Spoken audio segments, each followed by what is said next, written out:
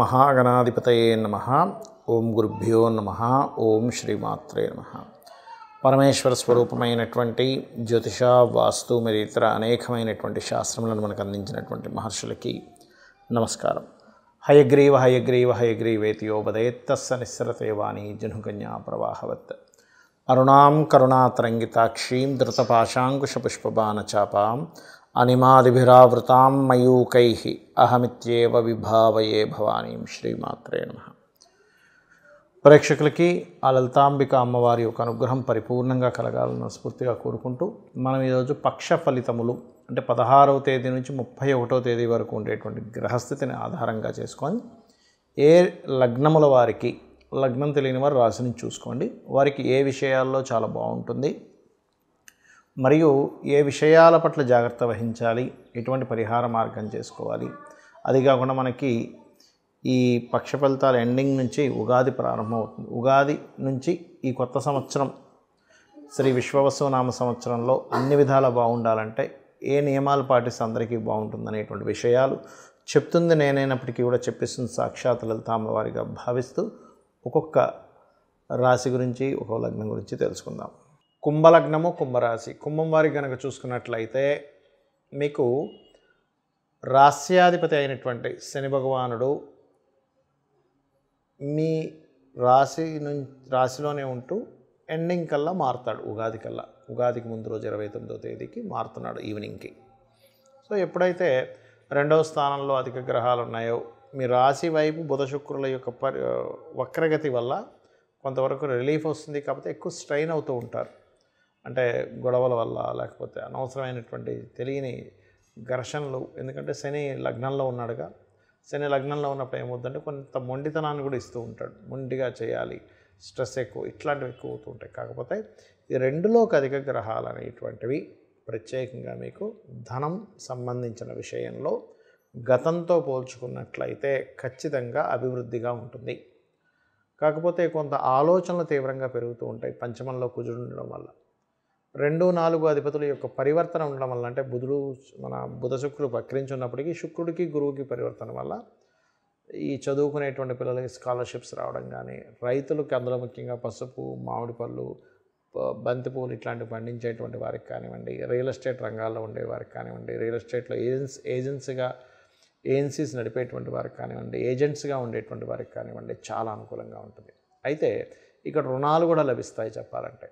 కాకపోతే ఈ అష్టమంలో కేతు ఉన్నందుకు, ఈ పంచమంలో ఉండేటువంటి కుజుడు దృష్టి అష్టం మీద పడినందుకు కొంత మీకు తాతగారి ఆస్తికి సంబంధించినటువంటి విషయంలో తెలియని కొన్ని ఘర్షణ వాతావరణం, తొందరపాటు పడి ఏదైనా షేర్ మార్కెట్లో ఇన్వెస్ట్మెంట్ చేయడం వల్ల అయ్యో ఇక్కడ ఇన్వెస్ట్మెంట్ చేశానేంటి, అది మళ్ళీ ఎప్పుడు పెరుగుతుందో, దాని పరిస్థితి ఏమిటో అనేటువంటి కొంత టెన్షన్, ఇట్లాంటివి ఎక్కువగా జరుగుతూ ఉంటాయి. ఇక మీరు ప్రధానంగా ఏంటంటే ఇక్కడ ఈ దశమాధిపతి పంచమంలో ఉన్నందుకు ఈ యొక్క కుజుడు ఎప్పుడైతే పంచమ స్థానంలో ఉన్నాడో, ఈ దశమాధిపతి ఎవరైతే అయ్యారో, ఈ కాంబినేషన్ ఏంటంటే ప్రధానంగా జాబ్ సంబంధించిన విషయంలో మార్పుల్ని సూచిస్తుంది. వేరే ప్రదేశానికి వెళ్ళండి. ఎందుకంటే దుస్వభావ రాశుల్లో ఉంది. అంటే ఉందామా మారిపోదామా, వేరే ప్రాంతానికి వెళ్తే బాగుంటుంది, ఈ ఆలోచనలు పెరుగుతూ ఉంటాయి. బట్ ఈ మార్పుకి సంబంధించిన విషయంలో కొంత స్ట్రెస్ అవుతారు, మారుతారు కూడా. మారేటువంటి ప్రయత్నంలో అందులో ఎటువంటి సందేహం లేదు. ఇక మీరు చేయవలసిన దేవత ఆరాధన ఎక్కువగా విష్ణువుని, సుబ్రహ్మణ్యేశ్వర స్వామిని ఎక్కువ ఆరాధన చేయండి. అన్ని విధాలా మీకు బాగుంటుంది. మనకి ఈ పక్షం ఎండింగ్ నుంచి శ్రీ విశ్వవసు నామ సంవత్సరం రాబోతుంది. సో ఈ సంవత్సరంలో మనకి అన్ని విధాలా బాగుండాలి, నష్టాలు కలగకుండా ఉండాలి, లాభాలు కాస్త ఎక్కువగా రావాలి, రుణ రోగ శత్రు బాధల నుంచి బయటపడాలి అనుకుంటే మనం చేయవలసింది ఏమిటి? అసలు నిత్యము నేను చెప్పినటువంటి ఈ 5 సూత్రాలు కనుక పాటించగలిగితే, ఒకటి, మీకు కష్టం రాదని నేను చెప్పను, కానీ కష్టాన్ని హ్యాండిల్ చేసేటువంటి శక్తి మీకు ఖచ్చితంగా వస్తుంది, అందులో ఎటువంటి సందేహం లేదు. అలాగే మీరు ఉన్న స్థితి నుంచి ఖచ్చితంగా ఎదగడం జరుగుతుంది. గుర్తుపెట్టుకోండి, కష్టం వచ్చినా, ఎందుకంటే ఈ ప్రపంచంలో అందరికీ ఉంటాయండి కష్టాలు. మనకి చిన్న బిజినెస్ నెలకు ఒక 15,000, 10,000 సంపాదించే వ్యక్తి దగ్గర నుంచి వేల కోట్లు టర్న్ ఓవర్ చేసే పెద్ద బిజినెస్ పీపుల్ వరకు కష్టం ఉంటుంది. బట్ ఇక్కడ క్వశ్చన్ ఏంటంటే కష్టాన్ని హ్యాండిల్ చేసే శక్తి మనలో ఎంత ఉంది అనేది చాలా ముఖ్యమైనటువంటి అంశం. మరి ఇవి కలగాలంటే అసలు మన నిత్య జీవితంలో ఎటువంటివి కనుక పాటించినట్లయితే, ఎలాగో క్రోధినామ సంవత్సరంలో మనకు అన్ని గొడవలు గందరగోళాలే జరిగాయి, కానీ విశ్వవసునామ సంవత్సరంలో అంత గందరగోళం అయితే ఉండదు. కానీ కొంత జలకు సంబంధించినవి, ఎందుకంటే జలరాశుల్లో అధిక గ్రహాలు ఉండడం ఉన్నాయి కాబట్టి అది కూడా పెద్దగా ఏమి ఉండదు. ఏదో రోగాలు వస్తాయని చెప్తున్నారు కానీ అంత ఏమీ ఉండదండి. ఏవో పెద్ద రోగాలు రావడం అట్లాంటివి ఏమీ ఉండదు, ఏం టెన్షన్ పడకండి.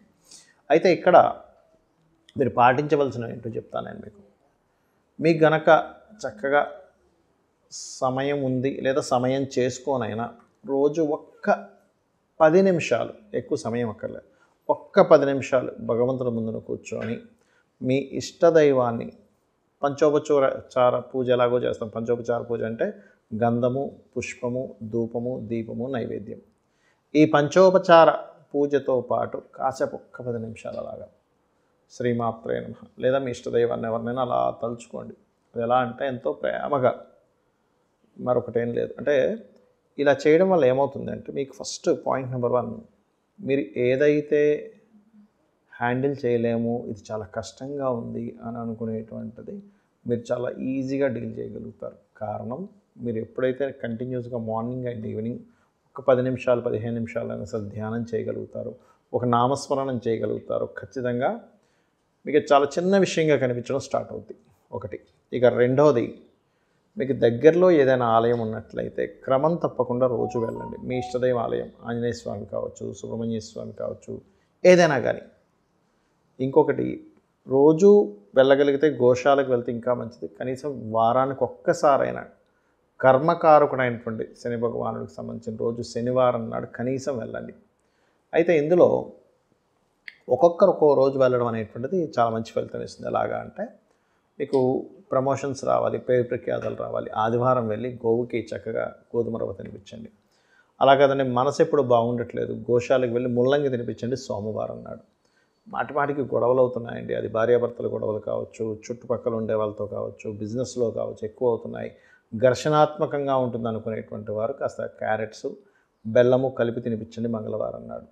అదేవిధంగా వ్యాపార అభివృద్ధి కోసం బుధవారం నాడు వెళ్ళి గోంగూర పెట్టండి, అక్కడే కూర్చొని విష్ణు సహస్రనామాలు చదవండి. లేదా ఓం ఇంద్రగోప పరిక్షిప్త స్మరతోనా భజంగికాయే నమః అనే మంత్రం చేయండి.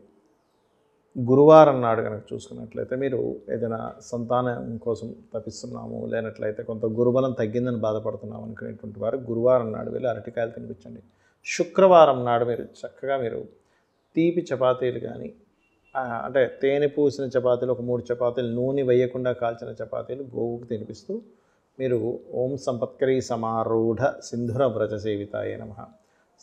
మన సంపాదన అంటే ధనం కోసం ఇబ్బంది పడుతున్నాము, సంపాదన సంబంధించినటువంటి ఇబ్బందులు ఉన్నాయనుకునేటువంటి వారు అలా చేయొచ్చు.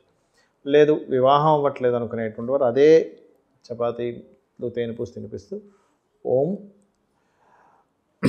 కామేశబద్ధ మాంగళ్య సూత్రశోభిత కందరాయే నమః అనే మంత్రం చేసుకోవచ్చు. సంపద కోసం ఏంటంటే ఓం సంపత్కరీ సమారూఢ సింధుర వ్రజ సేవితాయే నమః.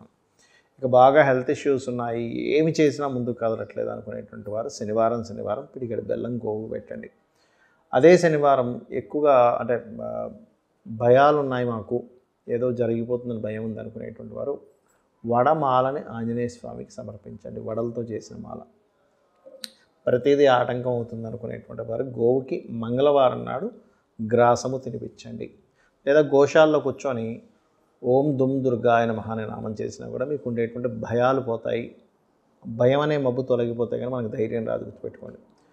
లేదు ఇంకా ఎక్కువ భయం ఉందనుకునేటువంటి వారు దుర్గానామంతో పాటు ఓం కనకాంగద కేయూర కమనీయ భుజాన్వితాయే నమః అనే మంత్రం చేయండి. ఖచ్చితంగా మీకు ఫలితం అనేటువంటిది వచ్చి తీరుతుంది. ఈ యొక్క విశ్వవసునామ సంవత్సరం మీ అందరికీ మంచి ఫలితాలు ఇవ్వాలని మనస్ఫూర్తిగా కోరుకుంటూ, అమ్మవారి అనుగ్రహం మీకు పరిపూర్ణంగా ఉండాలని మనస్ఫూర్తిగా మరోసారి కోరుకుంటూ శ్రీమాత్రే నమః.